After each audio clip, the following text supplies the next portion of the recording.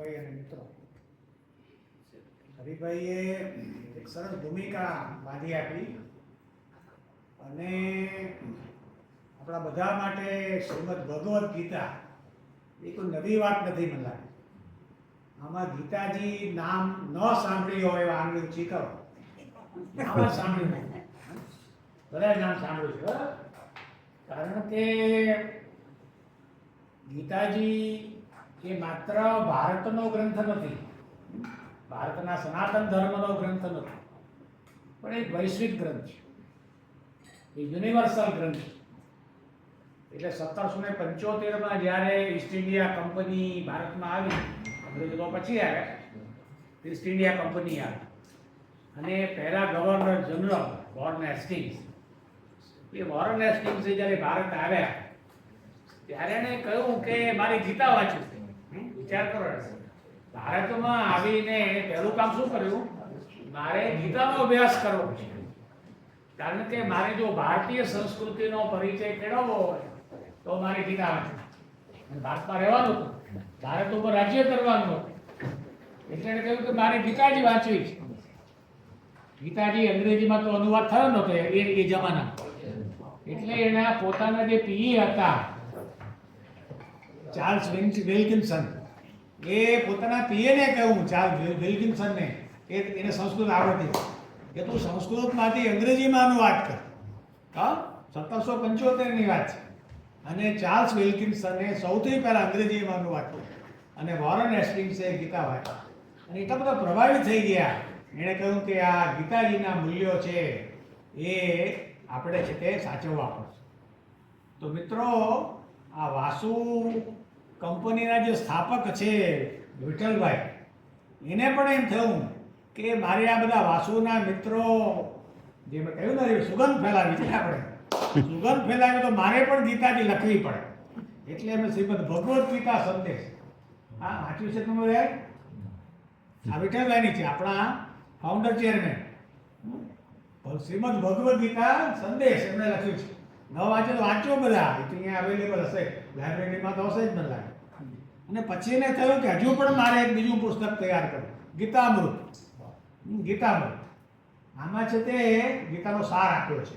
2 પુસ્તકો એમણે લખ્યા અને પછી એને થયું કે મારે તો શ્રી કૃષ્ણ વિશે પણ લખવું છે. ક્રમે ક્રમે શ્રી કૃષ્ણ, ક્રમે ક્રમે બહુ સરસ પુસ્તક, એ પણ તૈયાર કર્યું. અને એના પહેલા શ્રી કૃષ્ણ જીવન દર્શન, શ્રી કૃષ્ણ જીવન દર્શન, બીજા તો ઘણા પુસ્તકો લખ્યા છે, એ બધા હું લઈ નથી આવ્યો. પણ આ 4 પુસ્તકો છે એ તમારે બધાએ તો ફરજિયાતપણે, વોલેન્ટરી નહીં, વાંચો. અને હું તો કહું, અહીંયા આપણે ચંકીભાઈ એ મને જવાબદારી સંભાળી છે, તો ચંકીભાઈને આપણે કહીએ કે બધાને સ્વાધ્યાય આપે, વાંચે પછી લખી નોંધ આપે, હોમવર્ક આપે, બરાબર? તો મિત્રો, સમય આપણી પાસે ઓછો છે, 5 વાગ્યા સુધીમાં પૂરું કરવાનું છે. એટલે હરિભાઈ વાત કરીએ પ્રમાણે અમે બધા જે સંપૂર્ણ જીવનના મિત્રો છીએ, સંપૂર્ણ જીવન શબ્દ તમારે માટે નવો નથી મને લાગે. તો સંપૂર્ણ જીવન છે એ આધ્યાત્મિક શિક્ષણના વર્ગો ચલાવે છે છેલ્લા 10 વર્ષથી. સંસ્થાને 15 વર્ષ થયા. નક્કી કરેલો અભ્યાસક્રમ છે. અને ગીતાજીના વર્ગો 19મી જુલાઈથી શરૂ થવાના. 19મી જુલાઈથી ઓફલાઈન અને ઓનલાઈન. ઓફલાઈન છે તે યોગ નિકેતન, ફતેગંજ પાસે યોગ નિકેતન સંસ્થા, યોગના ઘણા બધા કાર્યક્રમો કરે છે. એટલે યોગ નિકેતનમાં સવારે 7:30 થી 9, તમને જેને અનુકૂળતા હોય એ યોગ નિકેતનમાં દર રવિવાર, માત્ર રવિવાર, અઠવાડિયામાં માત્ર રવિવારે 1.5 કલાકનો કાર્યક્રમ. તમે કહો કે ભાઈ હવે રવિવાર તો માંડ રવિવારે મળે તમને, તમારે તો હવે પરિવાર સાથે, પત્ની સાથે, પતિ સાથે, બાળકો સાથે બેસવું છે ને, વાત સાચી છે. તો પછી ઓનલાઈન પણ છે રવિવાર, ઓનલાઈન ઝૂમ ઉપર દર રવિવારે બપોરે 4:30 થી 6, બરાબર છે? 4:30 થી 6 ઓનલાઈન. એટલે અઠવાડિયામાં આપણે ઓફલાઈન અથવા ઓનલાઈન 1.5 કલાક આપવાનો. શા માટે 1.5 કલાક આપે એની વાત કરવામાં આવે છે. 1.5 કલાક શા માટે? કારણ કે ગીતાજી શબ્દ તો સાંભળ્યો તમે બધાએ, પણ ગીતાજીમાં કઈ વાતો વણી લેવામાં આવી છે એની બહુ ટૂંકમાં વાત કરશું આપણે. શશીભાઈ પણ વાત કરશે થોડી. તો મિત્રો, હરિભાઈ વાત કરીને કે ગીતાજીમાં જ્ઞાન, કર્મ અને ભક્તિ આ ત્રણનો સમન્વય છે. ઘણા લોકો એમ માને છે કે ગીતાજી તો જ્યારે આપણું અવસાન થાય ત્યારે કેસેટ રાખવાની વાત, 12મો અધ્યાય, 15મો અધ્યાય છે તે બધા સાંભળે, તો વાતો કરતા કરતા સાંભળે અને કેસેટ તો એની રીતે વાગ્યા કરે.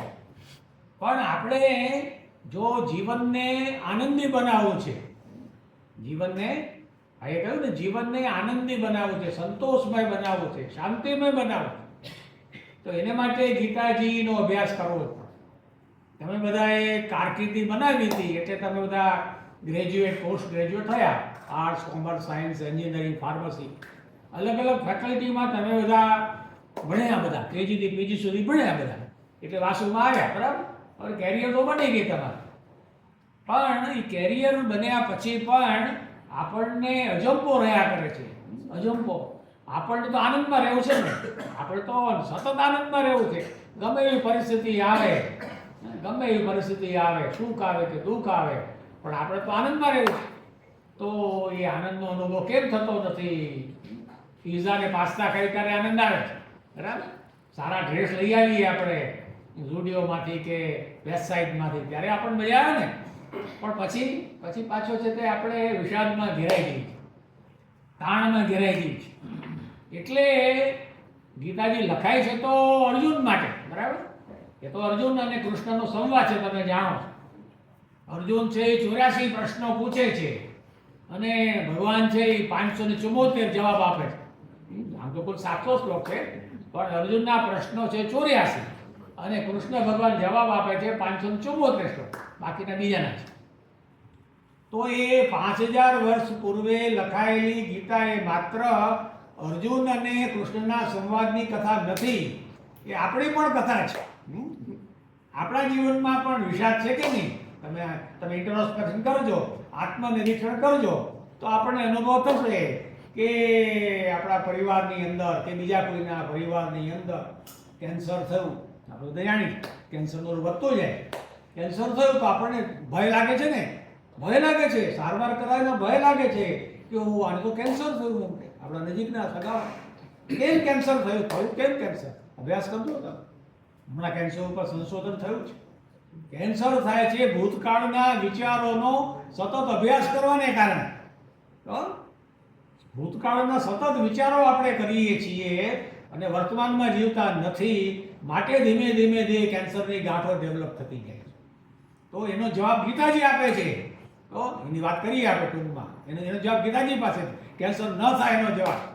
એટલે ગીતાજીને વર્તમાન સંદર્ભમાં સમજવાની, જે શ્લોકો લખ્યા છે એ પ્રમાણે નહીં, પણ વર્તમાન સંદર્ભમાં અને સંપૂર્ણ જીવન દ્વારા એ રીતે જ આપણે વાત કરીએ છીએ. શ્લોકો ગોખાવતા નથી આપણે. પણ ગીતાજીના જે 18 અધ્યાય છે એ દરેક અધ્યાય એ જીવનમાં ક્યાં ઉપયોગી છે એની વાત આપણે કરવાના છીએ, અને આજે પણ એ જ વાત આપણે ટૂંકમાં કરીશું. તો મિત્રો, ગીતાજીમાં તો ભંડાર છે. એને કહેવાય ને, આપણે સતત આપણે વિચારણા કર્યા કરી તો સમય ઓછો હોય. પણ એમાં જે 3-4 વાતો કરી છે એ પહેલાં કહું, પછી શશીભાઈ વાત કરશે. પહેલી વાત તો મિત્રો એ છે કે ગીતાજી એમ કહે છે કે તારે સ્વધર્મનું પાલન કરવાનું છે. સ્વધર્મનું પાલન કરવાનું. એને કહે છે ને, અર્જુનને કહે છે તારું કામ શું છે ભાઈ? તું શું કામ નહીં આવ્યો છે? બરાબર, યુદ્ધના મેદાનમાં આવ્યો છે ને, તો ઘરે ઘરે કઈ વાત થતી નથી, યુદ્ધના મેદાનમાં છે. આ બાજુ કૌરવો છે, આ બાજુ પાંડવો છે, અને વચ્ચે રથ ઉભો છે, બરાબર. અને એ જોવે છે, દ્રોણને જોવે છે. ગુરુ હતા ને, ના દ્રોણ તો એના ગુરુ હતા, ભીષ્મ પિતામહ, એના ખોળામાં તો રમે થાય. એને જો અરે આ તમારા કાકા ને મામા ને ગુરુ ને, એટલે એને મોહ પેદા થાય, એને મોહ પેદા થાય, વિષાદ પેદા થાય છે. અને પછી કહે છે કે મારા હાથમાં ગાંડીવ છે, તો ગાંડીવધારી છે ને, કેટલી બધી લડાઈઓ લડી ચૂકે, એના હાથમાંથી ગાંડીવ છે તે સળવા માંડે છે, વિષાદ થાય.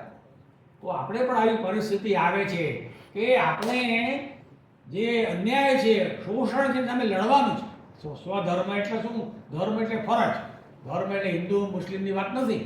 અહીંયા ધર્મનો અર્થ પણ જુદો છે. તમે જુઓ કે ગીતાજીમાં એવા શબ્દો છે કે જે શબ્દો બીજા શાસ્ત્રોમાં તમને જોવા નહીં મળે. આખું અલગ ઇન્ટરપ્રિટેશન છે, અલગ ઇન્ટરપ્રિટેશન. એટલે એ વૈજ્ઞાનિક ગ્રંથ છે. એટલે આપણે પહેલી વાત એ સ્વધર્મનું પાલન, આપણને વાસુમાં જે ફરજ સોંપાય એ ફરજનું બરાબર પાલન કરવાનું છે. બીજા જે કરતા હોય કરે. બરાબર, વાસુની વાત તો સારી છે કે અહીંયા કોઈ કામચોર નથી. બરાબર, સરસ કામ થાય. પણ આપણે ક્યારેક માનો કે આપણા એચઆરના મેનેજર કે બીજા મેનેજર બહાર ગયા હોય, અઠવાડિયું બહાર ગયા હોય, તેમ થાય કે આ તો બહાર જાવ ને આજે આપણે ગુલ્લી મારી લઈએ તો ચાલે કે નહીં? ના, એવું નહીં. આપણો આત્મા જવાબ આપશે ને. મન તો કહેશે કે ગુલ્લી મારી, બરાબર, મન તો એમ કહેશે કે કલાક આપણે મોબાઈલ જોઈ લઈએ ક્યાંક ખૂણામાં જઈને. પણ આપણે જે ગીતાજીનો અભ્યાસ કર્યો છે તો આપણો આત્મા આપણને કહેશે કે સ્વધર્મનું પાલન આપણે કરવાનું છે. એટલું જ નહીં, પણ અહીંયા જ્યારે આપણે કામ કરીએ છીએ ત્યારે નવી નવી પ્રવૃત્તિ કઈ કરી શકાશે. જ્યારે ફ્રી હોય ત્યારે વિચાર કરતા થઈએ કે મને જવાબદારી તો પ્રોડક્શનની અપાઈ છે, મને જવાબદારી રિસર્ચની અપાઈ છે, મને જવાબદારી એકાઉન્ટ્સની અપાઈ છે, પણ મારે તો નવા આયામો શરૂ કરવા છે, નવી રીતે મારે વિચારવું છે. એ તો આપણા હાથમાં જ છે ને, એ કે આપણા હાથમાં જ છે. અને જે કંઈ આપણને નવા નવા વિચારો આવે, ઇનોવેશન આવે, એ આપણે કન્સર્ન જે આપણા હોય મેનેજરને આપણે કહીએ કે બધા એક નવો વિચાર આવ્યો છે, તો સંભવ છે કે એના ઉપર વિચાર ન થાય અને અમલ પણ થાય. એટલે પહેલી વાત સ્વધર્મ આપણે ની વાત. બીજી વાત એ બહુ જ મહત્વની છે તે બુદ્ધિની વાત કરી છે. હવે બુદ્ધિ કેવી હોવી જોઈએ? જે હરિભાઈ વાત કરીને તમે વિચાર કરો કે પહેલો અધ્યાય તો પ્રારંભ થાય છે વિષાદ યોગ, પણ બીજો અધ્યાય છે તો ખાસ બધા વાંચો. તમે ગીતા તમે ક્લાસમાં આવો કે ના આવો તો વેલકમ, પણ માનો કે ના આવી શકો તો તમે ગીતાનો અભ્યાસ તો કરજો જ કરો. તો એમાં બીજા અધ્યાયની અંદર પ્રારંભમાં જ જ્ઞાનની વાત આવી, કર્મની વાત પછી આવે છે. ત્રીજા, ચોથા, પાંચમા અધ્યાયમાં કર્મની વાત આવે. પણ કર્મ કરતા પહેલા જ્ઞાન તો મેળવવું પડે કે નહીં? વાસુમાં તો આવ્યા, વાસુમાં ક્યારે આવ્યા? હા, તમે 5 ચોપડી ભણ્યા તો આવ્યા, તમે જ્ઞાન મેળવીને આવ્યા, ડિગ્રી મેળવીને આવ્યા.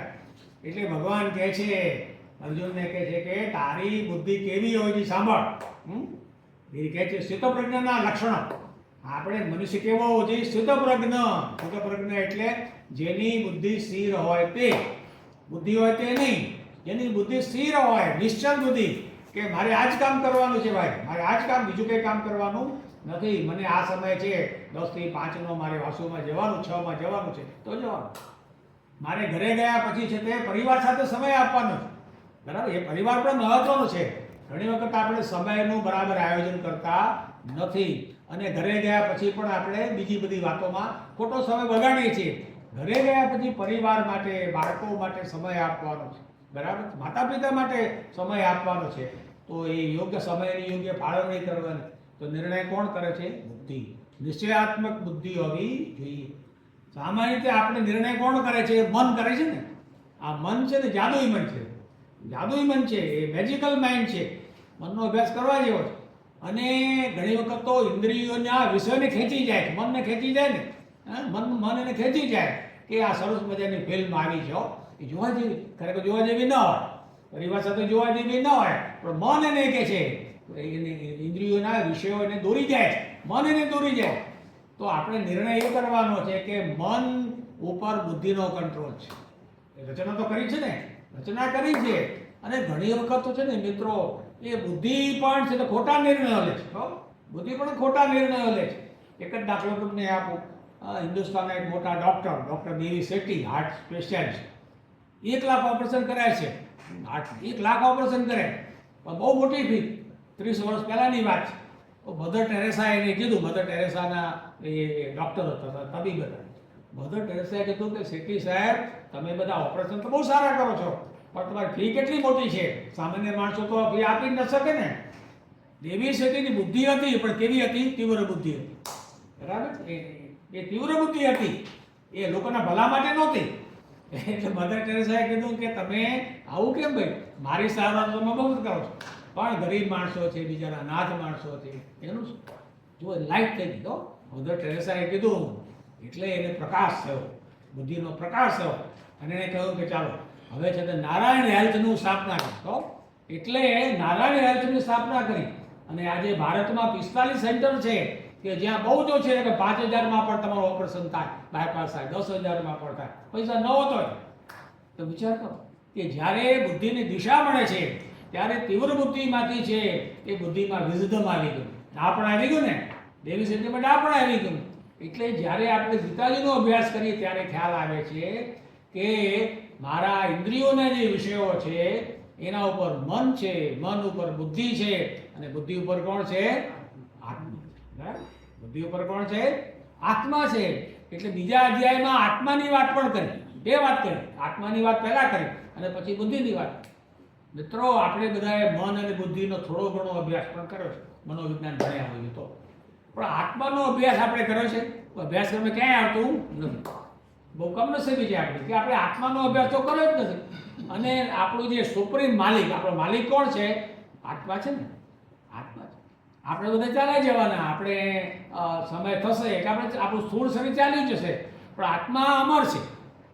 એ સંપૂર્ણ જીવન એ બધી ચર્ચાઓ પણ થાય છે કે જ્યારે આપણે ચાલ્યા જઈએ છીએ, સ્થૂળ શરીર ચાલ્યું જાય છે, ત્યારે આપણે જે કંઈ પ્રવૃત્તિ કરી હોય, જે પ્રકારે કામો કર્યા હોય, માનો કે મન આપણું શુદ્ધ હોય, નિર્મળ હોય, તો આપણું જે અંતઃકરણ છે, મન બુદ્ધિ, એની અંદર વાસનાઓ સ્ટોરેજ થયેલી હશે, વાસનાઓની વૃત્તિ.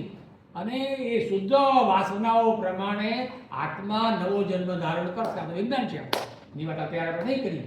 તો આપણે આ જન્મમાં આનંદ મેળવવો છે અને આવતા જન્મની અંદર પણ મનુષ્ય યોની પ્રાપ્ત કરીશું. મનુષ્ય યોનીમાં પણ ગમે એવી મનુષ્ય યોની નહીં, સારામાં સારી મનુષ્યની, સંસ્કારી કુટુંબની અંદર, સંસ્કારી કુટુંબમાં આપણે જન્મ લેવો છે.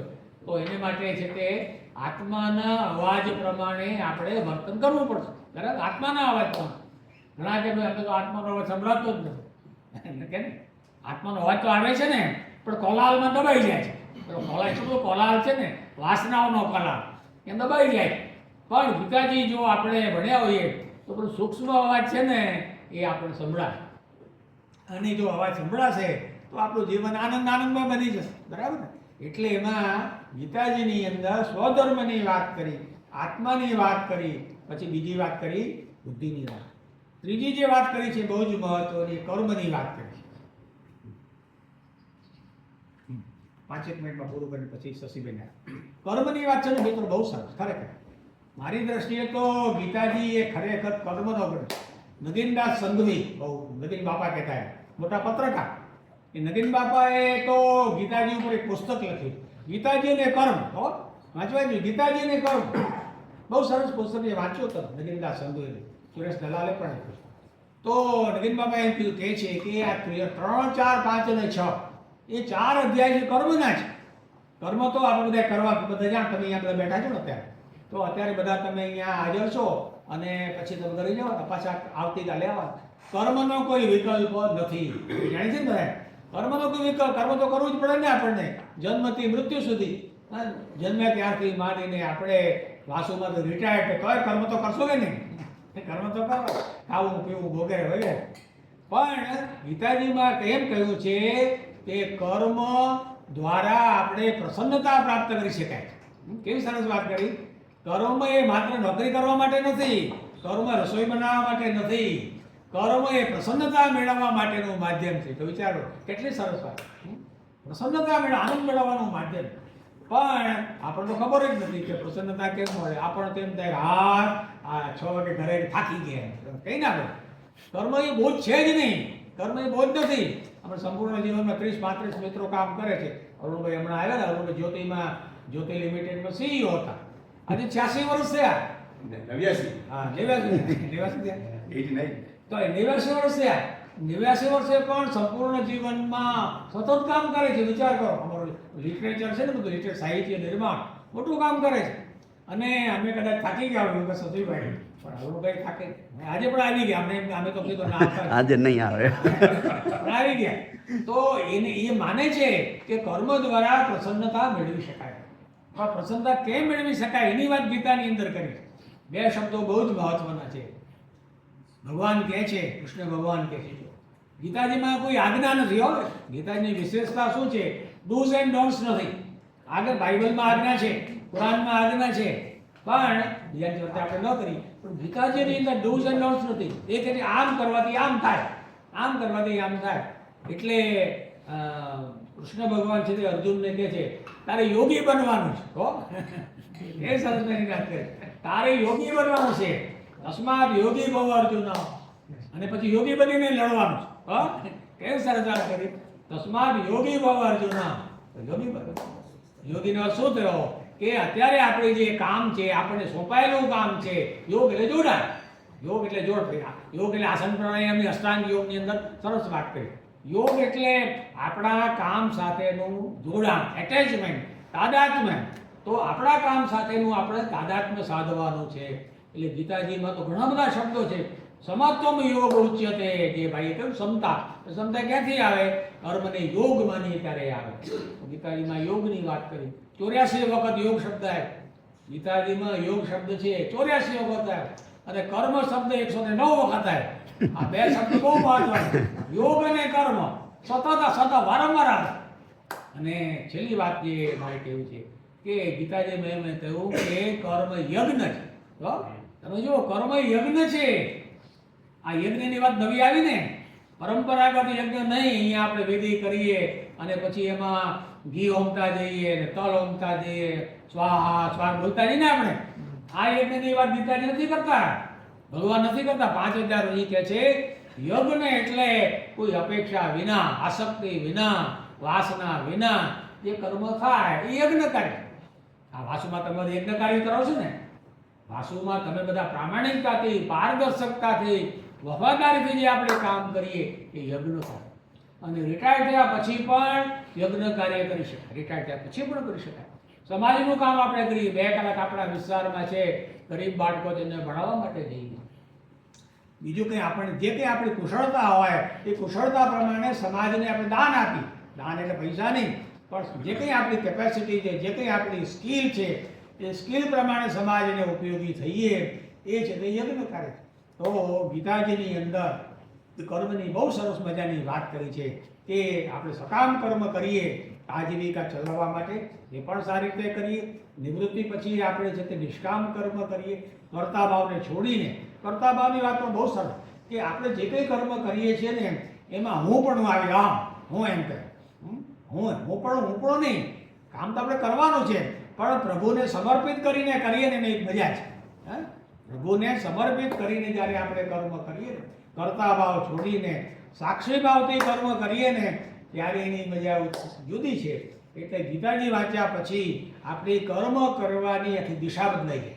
આ ખરેખર દિશા બદલાઈ જાય અને આપણને એમ થાય કે મજા આવી ગયો. વાસુમાં મજા આવી ગઈ, ઘરમાં મજા આવી ગઈ, સમાજમાં પણ મજા આવી ગઈ, અને લોકો પણ તમારા તરફ એક આદરભાવથી, માનથી, સન્માનથી જોતા થશે. મેં મારી વાત પૂરી કરી. બાકીના જે મુદ્દાઓ છે તે શશી ભાઈ.